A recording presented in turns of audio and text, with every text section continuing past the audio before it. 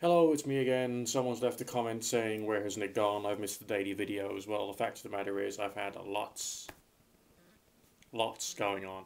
It's been like intense. Alright, so I've had to take a short hiatus from making like a video each and every single day because basically, oh god, it's just been like constant stuff happening constantly, all the time. Just stuff. But to make you guys feel happy, to remind you I'm still here, and to demonstrate that I'm still doing what I'm doing, I'm going to do a video based upon one particular comment that someone has left for me on one of my old videos. One of those that I did in those days of like wax cylinders and, all that kind of like groovy stuff, or 78 records and shit. The video was called How to Use the Ouija Board Successfully, and the comment says, I still have questions. Do you have to use it at a certain time? How do you make it so you make the spirit close and exit back to its place, or whatever? Can you request things from the spirits?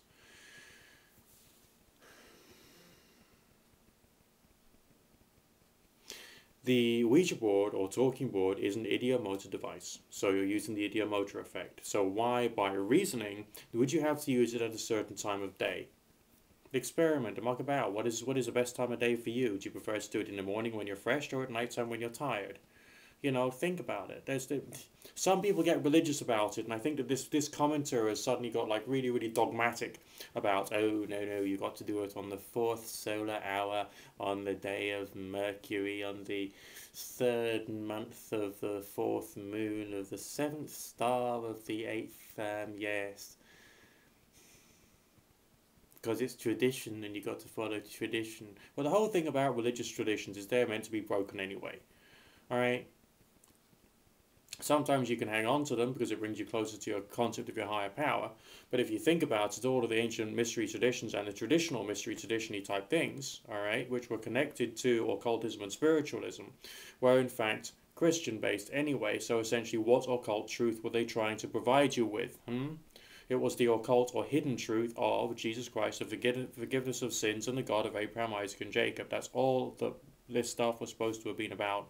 Alright, to give you that mystical experience. That's why Kabbalah was used from Judaism, same God, same traditions, and so on and so forth. Alright, that's what it was all about. And so, by what reason would you have to use something that's a very recent historical invention or innovation in terms of spiritualism, namely an ideomotor device such as the talking board?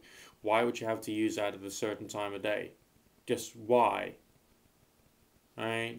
The question is its own answer. You don't need to fucking worry about that. I mean, for crying out loud. So, I know you all want to think about doing something in the most occultly effectageous manner, but that's only because some stupid wanker tried to convince you that something unempirical is something which is empirical. And they did so because they themselves were screwed up, stupid people with no brains. Alright? And they were trying to control you, and they were trying to put you into some kind of little dogmatic box so they could control you and feel really superior because they had won and you had lost in the battle of wills between you and them. They were trying to brainwash you and bully you and fuck you up. That's all. Don't listen to those bastards. They're shit. I hate them. Then how do you make it so the spirit close and exit?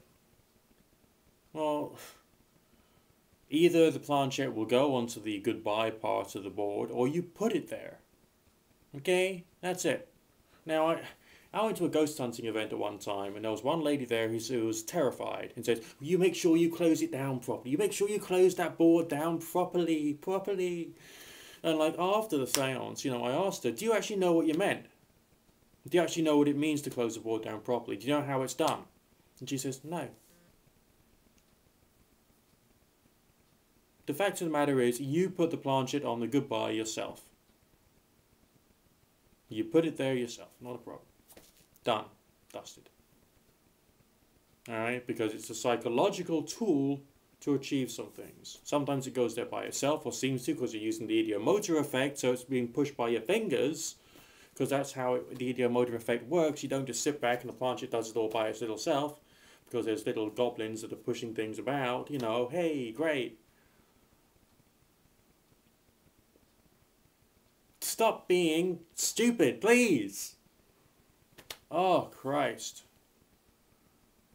Or whatever, can you request things from the spirits? Well, you got to try and work out what a spirit is capable of providing. You got to understand what the force in question is, but we don't know what the force in question is. All we've got is a handful of strange experiences and a desire to have more strange experiences and to explore these things. That's all.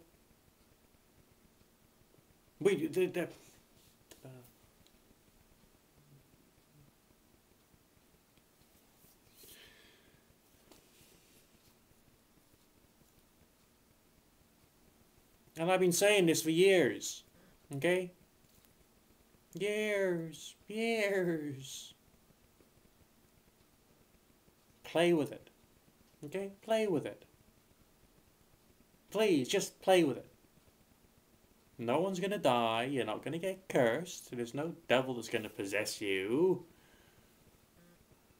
Just stop being a jerk. Chill out. Relax. If it frightens you that much, so you're concerned that you have to use it at a certain time of day, and oh my god, what happens if you don't close the board down properly, then stop fucking with this stuff. It's not for you. No, it's not for you because you got issues with it. If you got issues with it, you do something else. Christ.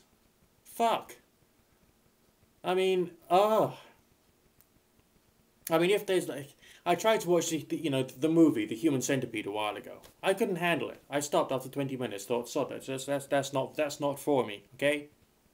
So I stopped watching it, put it away, did something else that was much friendlier and softer and fluffier than such a disgusting set of ideas. Now, if you find this stuff too scary, too disgusting, and all the rest of that, get involved with something else. All right. Play tic-tac-toe. Play solitaire on your computer. All right. Learn how to make paper aeroplanes, or join a stamp collecting club and play chess, and do something wholesome. Learn how to knit, or not, if that doesn't float your boat. I mean,